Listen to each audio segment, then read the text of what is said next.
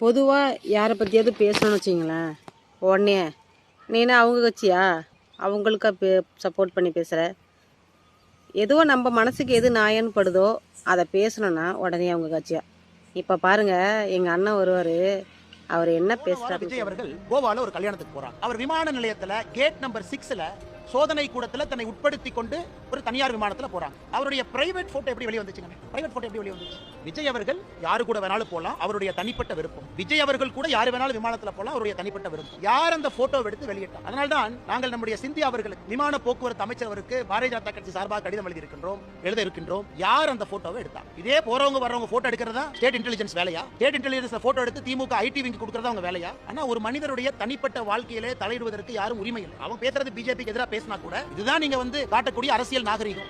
இதுதான் திமுக மக்களை மதிக்கக்கூடிய விதம். யார் வேணாலும் எங்க வேணாலும் போவாங்க, தனியா அவங்க போறாங்க, கல்யாணத்துக்கு போறாங்க, அதையும் போட்டோ எடுத்து நீங்க லீக் பண்ணுவீங்க, ரிலீஸ் பண்ணுவீங்க, பேசஞ்சர் மேனிஃபெஸ்டோ எடுப்பீங்க. அதனால தான் விமானத்துறை போக்குவரத்து அமைச்சருக்கு எழுதுறோம், சிசிடிவி எக்ஸாமின் பண்ணு, யாரு போட்டோ எடுத்தாங்கன்னு புடிங்க. மனுஷன் நியாயமா பேசுறாருங்க. நான் அண்ணாமலை அண்ணன் பேசுறது எனக்கு ரொம்ப பிடிச்சிருக்கு. என்னதான் அவங்க வேற கட்சியா இருந்தாலும் இன்னொரு கட்சிக்காரர் ஒரு மனுஷனா பார்த்து பேசியிருக்காரு. அவர் மனசில் என்ன பட்டுச்சோ அதுக்காக நான் இந்த கட்சியில் இருக்கேன், அவங்க அந்த கட்சியில் இருக்காங்க, அதுக்காக அவரை எதிர்க்கணும் அப்படின்னு சொல்லிட்டு எந்த ஒரு எண்ணமும் இல்லை. அந்த பேச்சில் நல்லா தெரியுது.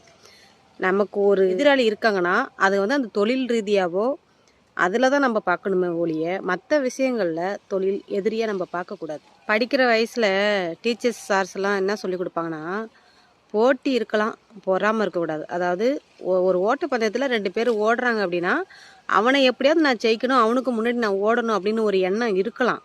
ஆனால் அவனை கீழே தள்ளி விட்டுட்டு நான் முன்னாடி ஓடணுன்ற எண்ணம் இருக்கக்கூடாது. அதுதான் பொறாமை. நான் இந்த கட்சிக்காரன், நீ அந்த கட்சிக்காரன் அப்படின்னு நீங்களாம் என்ன திறமை செய்கிறீங்க?